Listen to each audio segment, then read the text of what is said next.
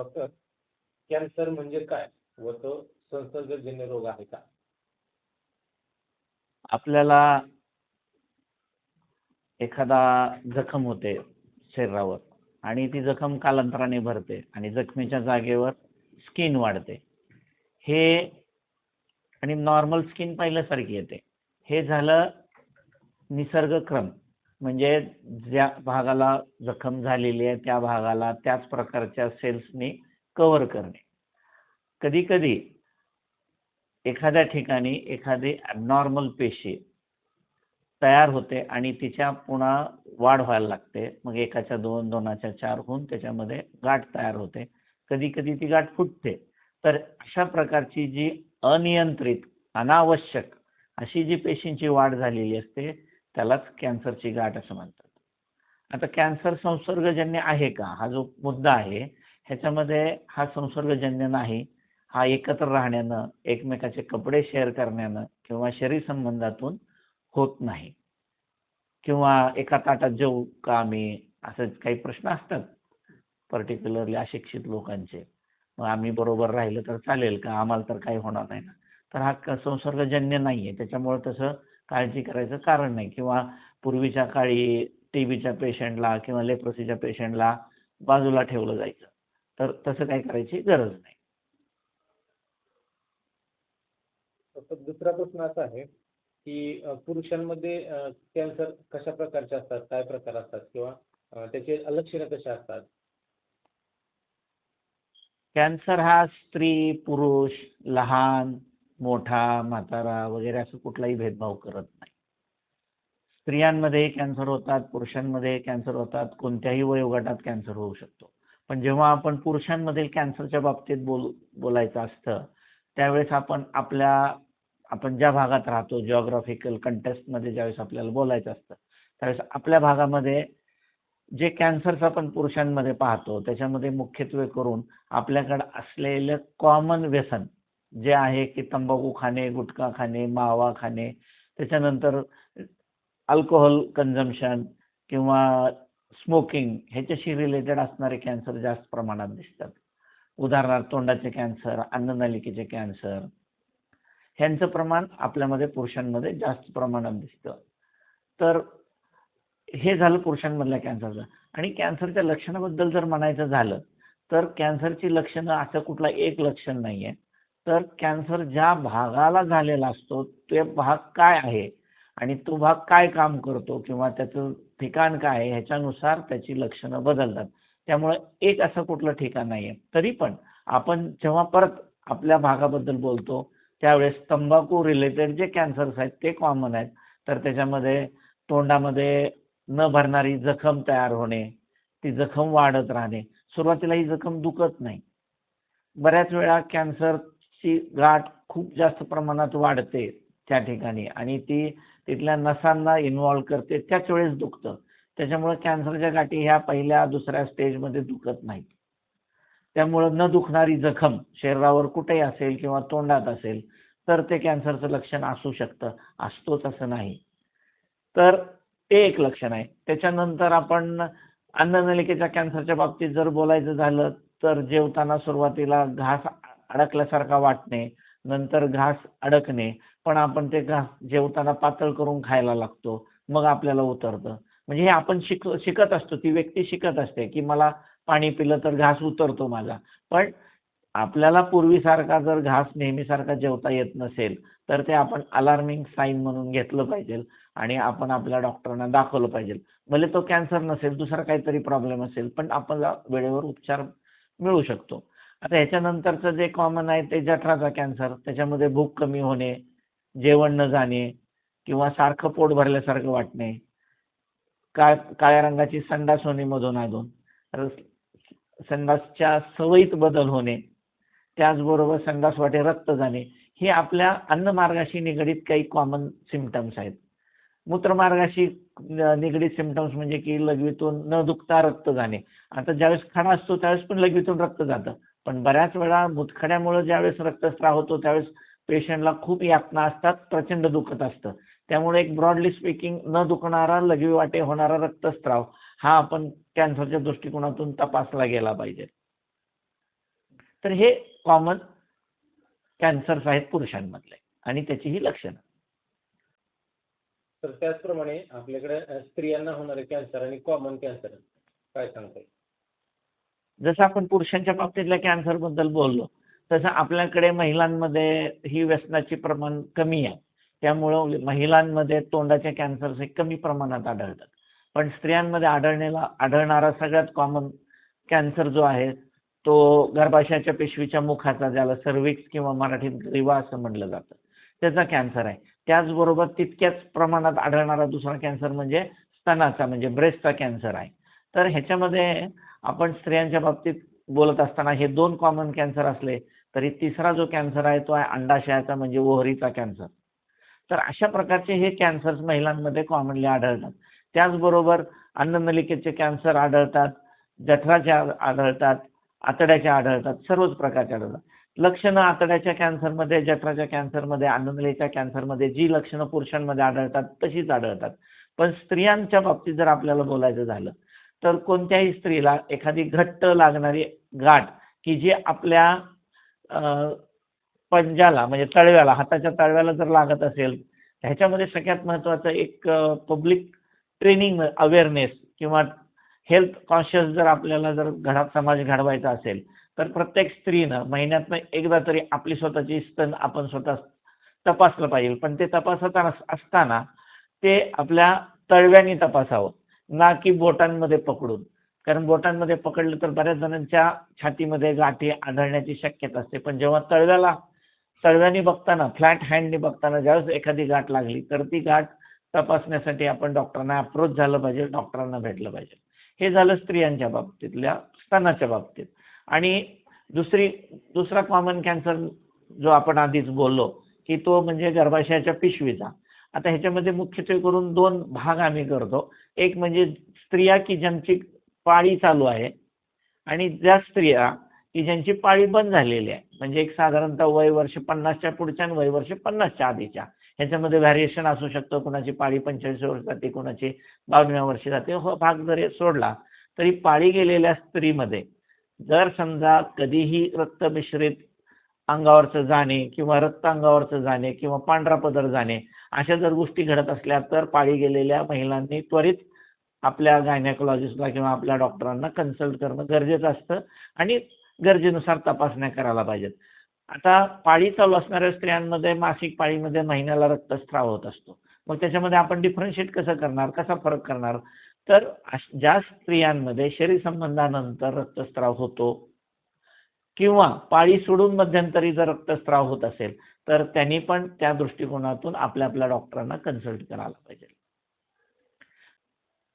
Doctor, आपण पुरुषांमधील आणि स्त्रियांमधील कॅन्सरचे प्रमाण पाहिलं, परंतु लहान मुलांना देखील आजकाल कॅन्सरचं प्रमाण आहे. ते कसं ओळखायचे किंवा त्यांचे इंडिकेशन काय असतात आणि ते कोणत्या ठिकाणी होतात?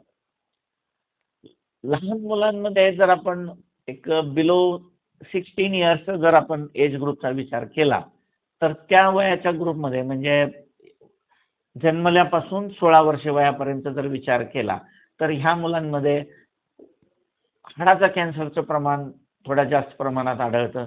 त्याचबरोबर किडनीचा कॅन्सर ह्या मुलांमध्ये आढळतो आणि ब्लड कॅन्सर आणि लिम्फोमा हे ह्या एज ग्रुपमध्ये जास्त प्रमाणात आढळणारे कॅन्सर्स आहेत. पण इतर प्रकारचे कॅन्सर आढळतात पण त्यांचं प्रमाण त्या मापानं कमी आहे. आता ह्याच्यामध्ये किडनीच्या कॅन्सरमध्ये जर बघायला गेलं तर लहान बाळामध्ये आईला हाताला गाठ लागते बऱ्याच वेळा आणि मग ते घेऊन येतात.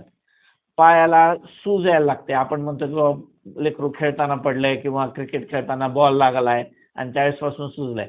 ठीक आहे, आपलं अटेन्शन त्यावेळेस गेलं तिथं, पण त्याच्यात तपासण्या होणं गरजेचं असतं. तर हे साधारणतः लहान मुलांमध्ये आढळणारे कॉमन कॅन्सर्स आहेत.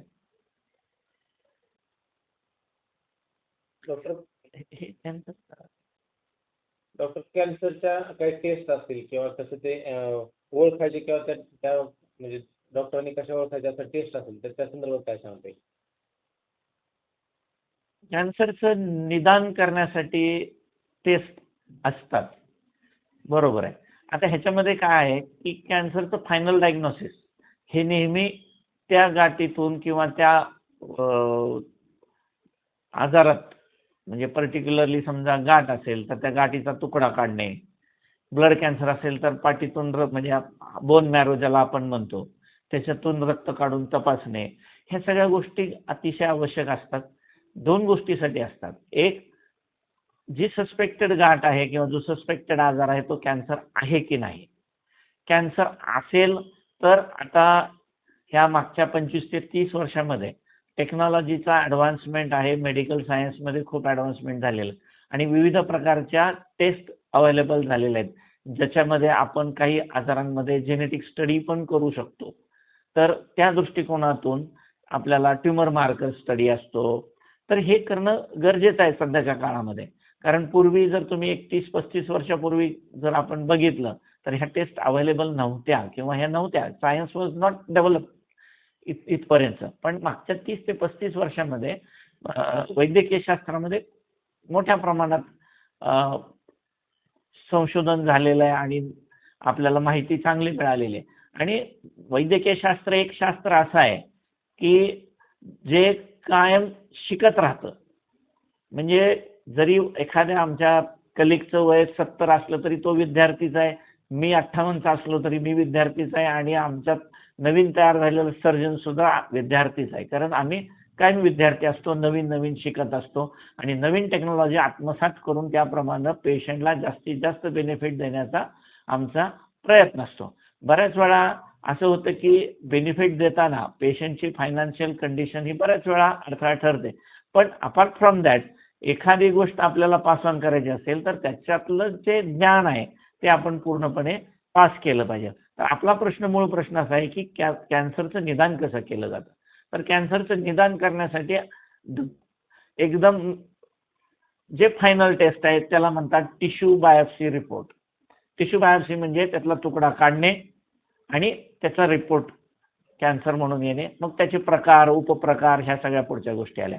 पण त्याचबरोबर तुम्ही नेहमी आम्हाला कॉमन प्रश्न विचारला जातो तो असा की कुठल्या स्टेजला आहे. हे झालं निदान. तो बायोप्सी केली, निदान झालं आपलं. पण स्टेज म्हणजे काय, तर जे सॉलिड कॅन्सर्स आहेत म्हणजे तोंडाचे कॅन्सर, लिव्हर कॅन्सर, हे त्या शरीरामध्ये त्या पेशंटला आजार किती प्रमाणात आहे किंवा शरीरामध्ये कुठं कुठं पसरलेला आहे त्याच्यानुसार त्याची स्टेज होते.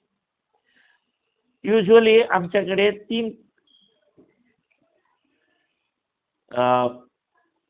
तीन गोष्टींचा वापर केला जातो स्टेजिंगसाठी. एक म्हणजे टी म्हणजे ट्यूमर. ट्यूमर म्हणजे गाठ. समजा तोंडाची गाठ असेल तर ती गाठ कुठं आहे, साईज काय आहे आणि तिनं तोंडामध्ये जे आपल्याला तोंड म्हणजे फक्त तोंडच दिसतं, पण डॉक्टरसाठी ते नुसतं तेवढं नसतं. तर हिरडी असते, गाल असतो, हिरडीच्या आणि गालाच्या मधला जो ग्रू असतो तो ग्रू वेगळा ऑर्गन आहे. जीभ आहे, जिभेच्या खालचा जो भाग आहे की जो आपल्या हिरडीच्या आतल्या बाजूने जातो त्याला फ्लोर ऑफ माउथ म्हणतो. म्हणजे असे जे त्यातले उपविभाग आहेत त्याच्यामध्ये किती इन्व्हॉल्ड आहे, त्याची साईज किती आहे ह्याच्यानुसार त्याचं टीचं मानांकन होतं. एन असतं, एन म्हणजे लिम्फ नोड ज्याला आपण अवदानाच्या गाठी म्हणतो.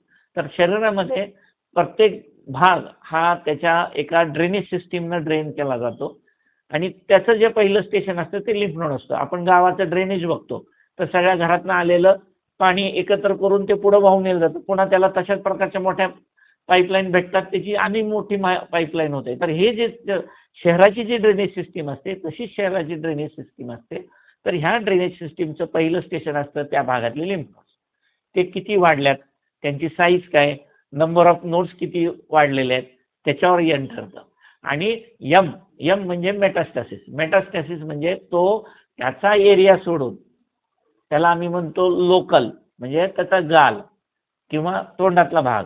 आणि या आर म्हणजे रिजन म्हणजे त्याचे लिम्फ नोड. हे झाला लोको रिजनल डिसीज. आणि यम म्हणजे ते सोडून शरीरात इतरत्र पसरलेला. आणि ह्या तिन्हीच्या कॉम्बिनेशनवर पेशंटची स्टेज ठरत असते आणि त्याच्यानुसार आम्ही म्हणतो. आता हे स्टेज ठरवण्यासाठी जसं निदान करण्यासाठी बायोप्सी गरजेची आहे तसं स्टेज ठरवण्यासाठी मिनिमम ज्या रिक्वायरमेंट्स आहेत त्याच्यामध्ये सगळ्यात महत्त्वाची रिक्वायरमेंट आहे म्हणजे डॉक्टरांनी व्यवस्थित पेशंटला क्लिनिकल एक्झामिनेशन करून जे ग्रॉसली दिसतंय, हाताला लागतंय त्या गोष्टींचं नोंदणी करणे. त्याच्यानंतर मोस्ट कॉमन पुढचं इन्व्हेस्टिगेशन आहे ते म्हणजे सोनोग्राफी.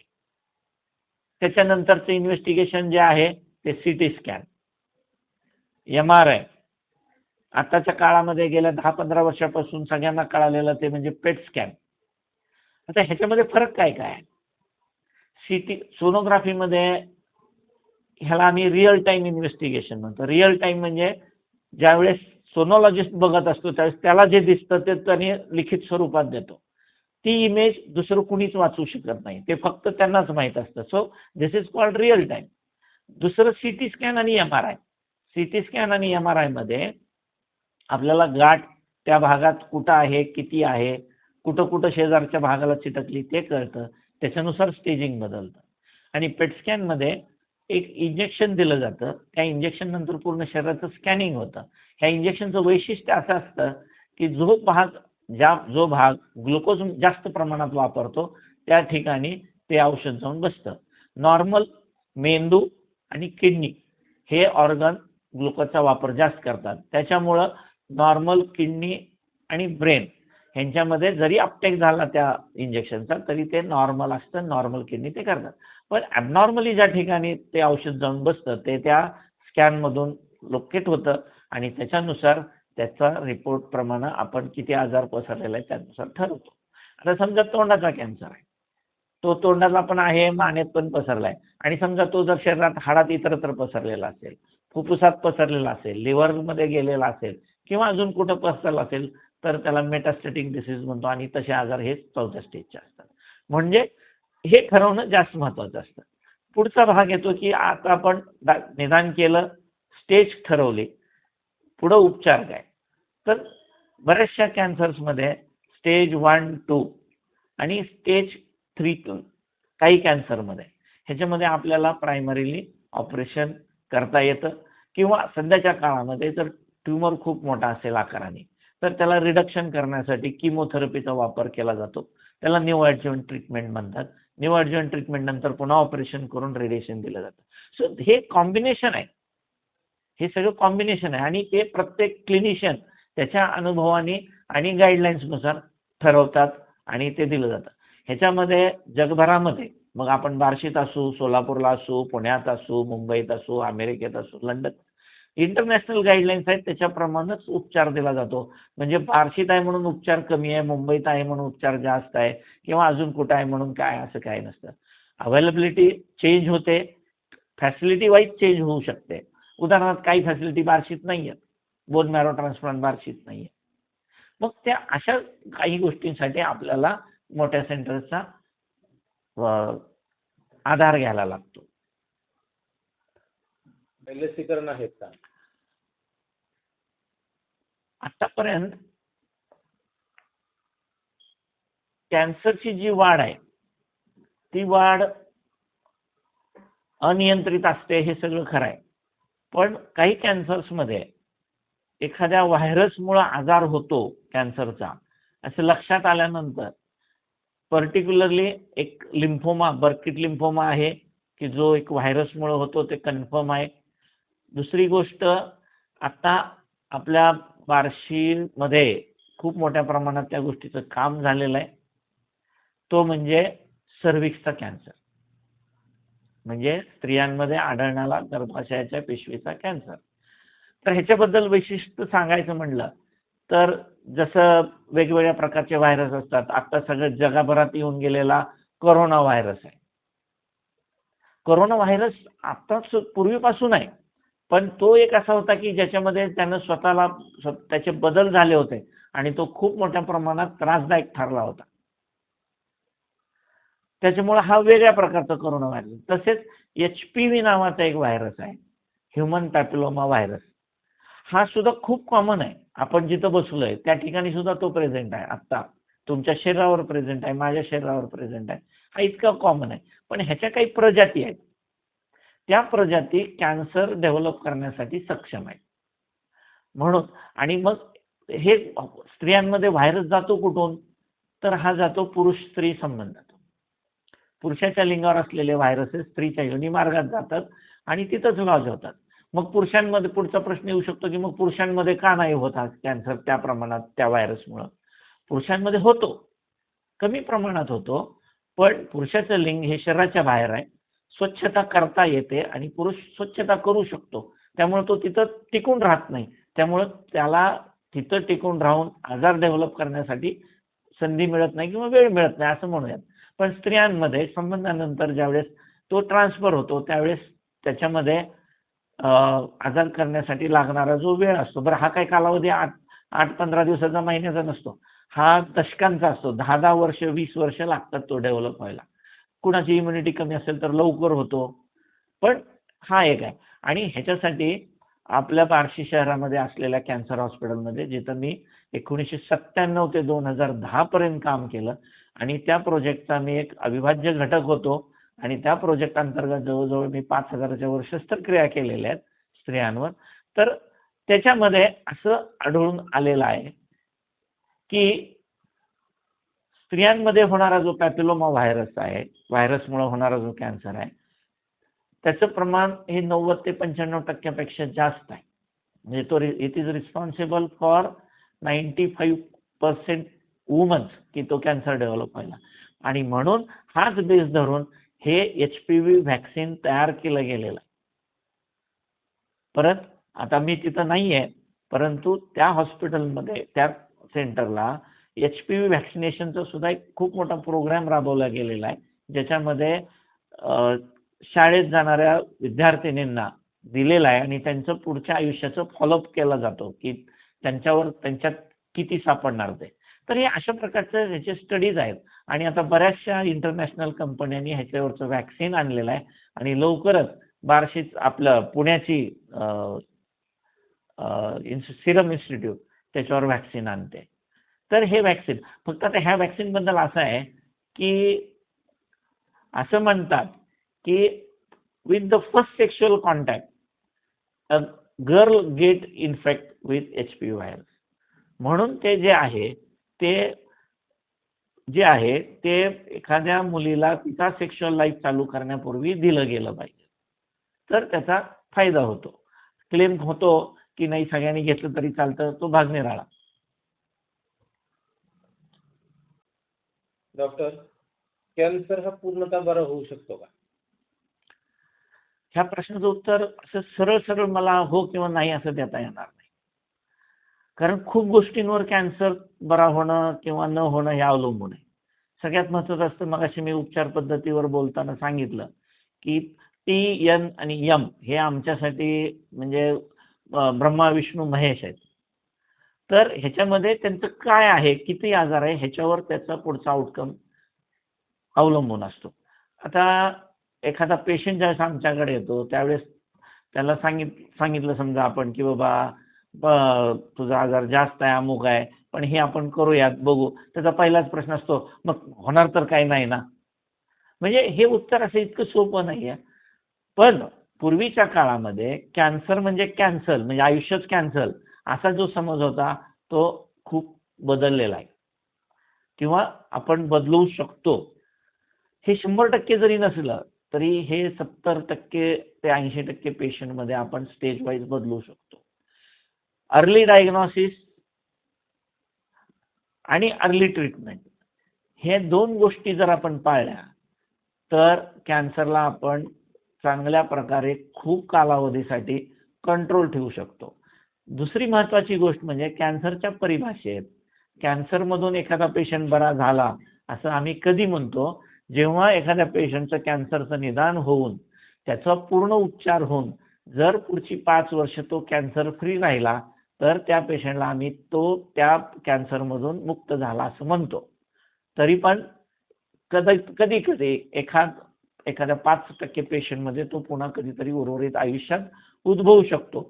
म्हणून त्यांना प्रत्येक पेशंटला आम्ही पिरियॉडिक फॉलोअप ॲडवाईस करतो, ज्याच्यामध्ये क्लिनिकल एक्झामिनेशन असते आणि त्याच्या आजाराच्या गरजेनुसार त्याला त्यावेळेस लॅब टेस्ट म्हणा किंवा सोनोग्राफी वगैरे ॲडवाईस केली जाते.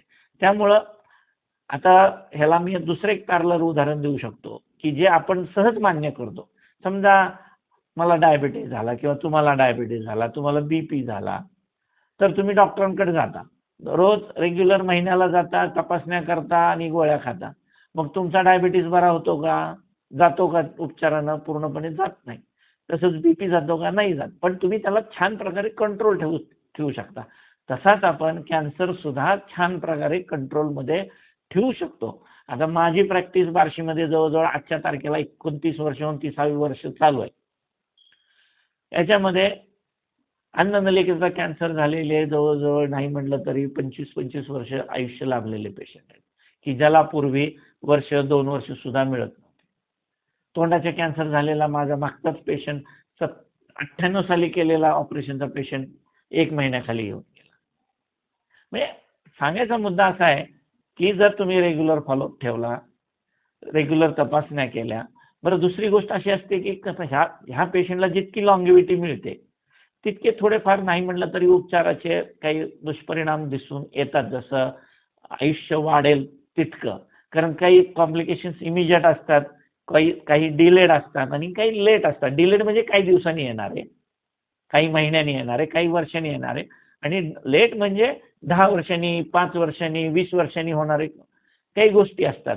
उदाहरण घ्यायचं झालं तर तोंडाच्या कॅन्सरचा पेशंट जर समजा 20 वर्ष जगला तर सगळेच मसल, नेकचे मसल वीक होतात, थिन दिसायला लागतो पेशंट. हे लेट कॉम्प्लिकेशनच म्हणू शकतो आपण ह्या गोष्टीला. पण त्यांना आयुष्यामध्ये किंवा बाकीच्या गोष्टींवर परिणाम होत नाही, पण दिसण्यात फरक पडतो. ह्या गोष्टी असतात. सो ह्याला मी लेट कॉम्प्लिकेशन्स म्हणेन. आणि थोडीफार गोष्ट अशी आहे की कॅन्सरमध्ये आता एक गोष्ट नमूद करावीशी वाटते की कॅन्सर एखाद्या सापासारखा आहे. तुम्हाला जर त्या सापापासून मुक्तता पाहिजे असेल तर तुम्ही त्याचा पूर्ण बंदोबस्त केला पाहिजे त्याच वेळेस, नाहीतर तो तुम्हाला उलटून चावू शकतो. त्यामुळे उपचार करताना सुद्धा त्याला समूळ नष्ट करण्याचाच प्लॅन करायला लागतो. प्लॅन करत असताना आजाराप्रमाणे कधी कधी एखादा अवयव काढायला लागतो आणि काढणं गरजेचं असतं. त्यामुळं आपण आपली पेशंटनी मानसिकता हे केली पाहिजे. सगळ्यात महत्त्वाची बाब, पेशंटला उपचार चालू असताना पेशंटची मानसिकता स्ट्रॉंग ठेवणं गरजेचं आहे. त्याचबरोबर त्याची मानसिकता त्याच्या घरच्यांनी सुद्धा सांभाळणं गरजेचं आहे. आणि दुसरं म्हणजे फायनान्शियल कन्स्ट्रेन्स किंवा फायनान्शियल गोष्टी. कॅन्सर होऊ नये म्हणून काय काळजी घ्यावी? सगळ्याच कॅन्सरच्या बाबतीमध्ये आपण काळजी घेतली काय घ्यायची हा प्रश्न आहे. पण आपली जीवनशैली जी आहे किंवा आपली व्यसनाधीनता आहे हे जरी टाळलं, समजा आपण असं समजलं की पूर्ण समाज हा तंबाखू मुक्त झालाय किंवा गुटखा मुक्त झालाय, तरी आपल्याकडचे जवळजवळ नाही म्हटलं तरी 30% कॅन्सल होते. म्हणजे व्यसन टाळणे, त्याच्यामध्ये सगळेच आले, तंबाखू आलं, गुटखा आला, अल्कोहोल आलं, स्मोकिंग आलं, म्हणजे सगळ्याच गोष्टी आल्या. तर सगळ्यात महत्त्वाचं हे जे आहे, आता काही कॅन्सर जे आहेत ते कधी कधी जेनेटिक प्रिडिस्पोजिशनमुळे होतात, त्याला आपण काही करू शकत नाही. तरी त्या कॅन्सर्समध्ये सुद्धा उदाहरण मी एक सांगतो तुम्हाला. ब्रेस्ट कॅन्सरवर ह्याच्यामध्ये जास्त अभ्यास झालेला आहे. ब्रेस्ट कॅन्सर आणि कोलॉन म्हणजे मोठ्या आतड्याच्या कॅन्सरवर काही जीन्स असतात. समजा आपण एखादं उदाहरण घेतलं की एखादी एक्स लेडी, तिला ब्रेस्ट कॅन्सर आहे, तर तिच्यामध्ये काही जेनेटिक स्टडी आपण केला आणि समजा शी इज पॉझिटिव्ह, आणि जर समजा आपण तिच्या मुलीच्या जर तपासण्या केल्या, त्या मुलीला काही आजार नाही आज, पण तिच्या तपासण्या केल्या आणि जर समजा ते जीन जर त्या मुलीमध्ये प्रेझेंट असतील, तर ॲझम्पशन इज दॅट की त्या मुलीला जिच्यामध्ये जीन्स पॉझिटिव्ह आहेत तिला कॅन्सर ब्रेस्ट होण्याची शक्यता ही जवळजवळ 90% वर असते. आणि मग ह्या पेशंट्सना आपण म्हणजे काय म्हणायचं त्याला, आपण क्लोज फॉलोअप ठेवून किंवा क्लोज क्लिनिकल, पण हे सगळं करत असताना त्या व्यक्तीची मानसिकता ढळते. ह्याचं एक सगळ्यात मोठं उदाहरण आहे जगामध्ये, ते म्हणजे हॉलिवूडची अभिनेत्री अँजेलिना जोली. तिची आईला ब्रेस्ट कॅन्सर होता. शी वॉज जेनेटिकली पॉझिटिव्ह. आणि अँजेलिना जोलीनं तिच्या यंग एजमध्ये स्वतःच्या ब्रेस्ट काढून टाकून प्लास्टिक सर्जरी केलेली आहे. पण असं उदाहरण रेअर असतं, सांगायला सोपं असतं, पण त्याला म्हणजे जेनेटिक स्टडीज आहेत, सगळ्या मुलींच्या जेनेटिक स्टडी व्हायला पाहिजेत. आणि असं नाही की तिच्या सगळ्याच मुलींना पॉझिटिव्ह असेल. त्यामुळं दिस इज सम एक्झाम्पल की टाळण्याच्या बाबतीत जे तुम्ही विचारलं त्याच्यानुसार. डॉक्टर, कॅन्सर रुग्णांचा आहार काय असायला पाहिजे किंवा त्यांची काय व्यायामाची स्थिती असायला पाहिजे? आहार हा नुसता कॅन्सर पेशंटसाठी महत्वाचा नाहीये, त्याचबरोबर त्याची लाईफस्टाईल हे नुसत्या पेशंटसाठीच इम्पॉर्टंट नाहीये, तर सगळ्यासाठीच इम्पॉर्टंट आहे. काय झालंय, अलीकडच्या बदलत्या काळानुसार air pollution, water pollution, adulteration of food, ह्या सगळ्या गोष्टी इतक्या कॉमन आणि सर्वमान्य झाल्यासारख्या आहेत की कुणीही त्याच्यातून बचावू शकत नाही. तरी पण आहार हा सगळ्यांनीच चौरस आहार ज्याला म्हणतात, त्याच्यामध्ये कार्बोहायड्रेट असावेत प्रमाणात, त्याच्यामध्ये मेदयुक्त पदार्थ म्हणजे ज्याला आपण फॅट्स म्हणतो ते प्रमाणात असावेत, प्रोटीनचं प्रमाण योग्य असावं आणि पाणी पिण्याचं प्रमाण खूप असावं. आपण नुसतंच पाण्याला जीवन म्हणतो, पण आपण ते आचरणात किती आणतो? खूप लोक आहेत की जे पाणी खूप कमी पितात. आता काही सर्कमस्टन्सेसमध्ये असतं की बऱ्याच वेळा आम्ही पाहतो की यंग लेडीज किंवा अबाउट 40-45 इयर्सच्या लेडीज बर्निंग युरिनेशन म्हणून येतात. काय करता? काम म्हणजे जॉबला आहे, मग पाणी किती पिता? नाही मला, आणि त्यांचं एक पर्टिक्युलर स्पेसिफिक तक्रार असते की संध्याकाळीच मला होतं, रात्री काय वाटत नाही. मग त्यांना आम्ही विचारतो की बाबा तुम्ही जॉबला जाताना किती पाणी पिता? नाही आम्ही सकाळी पाणीच पित नाही, आल्यावरच पितो. मग हे दिस इज ऑफकोर्स लघवी ऍसिडिक होते, युरिन तयार होताना ऍसिडिक होतं आणि लघवी करताना जळजळ होतं. पण जेव्हा ते पाणी पितात त्यावेळेस त्याचं ते ऍसिडिक पीएच जो आहे तो वाढतो, म्हणजे अल्कलाईन होती युरिन आणि त्रास होत नाही किंवा न्यूट्रल युरिन होते. म्हणजे हे खूप सिंपल. मग तुम्ही का पाणी पित नाही? नाही आमच्या इथं जरा थोडंसं अडचण आहे बाथरूमची वगैरे कामाच्या ठिकाणी. म्हणजे अशा ह्या सगळ्या घटना आहेत. म्हणजे पाण्याचं महत्व किती आहे ह्या साध्या एका उदाहरणावरून आपल्याला लक्षात येतं. तर पाणी पिलं पाहिजे. सर्वसाधारणपणे प्रत्येक ॲडल्टनी दिवसाला 2.5 ते 3 लिटर पाणी पिलं पाहिजे आणि पावसाळ्यामध्ये उन्हाळ्यामध्ये हेच प्रमाण 50% तरी वाढलं पाहिजे. त्यामुळं कार्बोहायड्रेट्स, फॅट्स आणि प्रोटीन्स, पेशंट असेल तर त्यानं हाय प्रोटीन डाएट घेतलं पाहिजे. आता प्रोटीन्स म्हणजे मग पुन्हा कसं आलं की तो व्हेजिटेरियन आहे का नॉन व्हेजिटेरियन आहे. व्हेजिटेरियन असेल तर मग त्याने मोड आलेले कडधान्य हे जास्त प्रमाणात घ्यावेत. बाकी भात वगैरे सगळं रुटीनमध्ये त्यांनी घेतलं तरी हरकत नाही. आपण जे घरात जेवतो ते ॲडिक्वेटली जेवलं पाहिजे. आणि नॉनव्हेजचा विचार केला तर एग व्हाईट घ्या, एग येलो टाळा, पालेभाज्या घ्या बरं मोठ्या जास्त प्रमाणात, सर्व प्रकारच्या भाज्या खा, त्या सीझनला मिळणाऱ्या भाज्या खा. आपण काय करतो माहिती आहे का, आपल्याला पेशंटला सुद्धा लोक ज्यावेळेस भेटायला येतात त्यावेळेस स्थानिक फळं कोणीच आणत नाही, सगळेजण सफरचंद आणतात आणि पेशंटचं पोटाचं ऑपरेशन झालेलं असतं आणि त्याला 1 किलो सफरचंद आणून देतात, त्याला खायला काहीच होत नाही. हे अपार्ट फ्रॉम जोक की फळं खावा, सगळ्याच गोष्टी खावा आणि व्यायाम म्हटला तर कमीत कमी रोज थोडंफार चालावं, बसल्या बसल्या हाताचे व्यायाम करावेत. त्यामुळं फिजिओथेरपीला खूप महत्त्व आहे. ऑपरेशनमधनं रिकवर होताना शरीरामध्ये विकनेस असतो, किमोथेरपीनं सुद्धा विकनेस येतो, रेडिओथेरपीनं कधी कधी जेवणावर परिणाम होतो, विकनेस येतो. त्यामुळं त्याचं खाणं पिणं सांभाळलं पाहिजे पेशंटचं, थोडा व्यायाम केलाच पाहिजे आणि उपचार पूर्ण केले पाहिजे.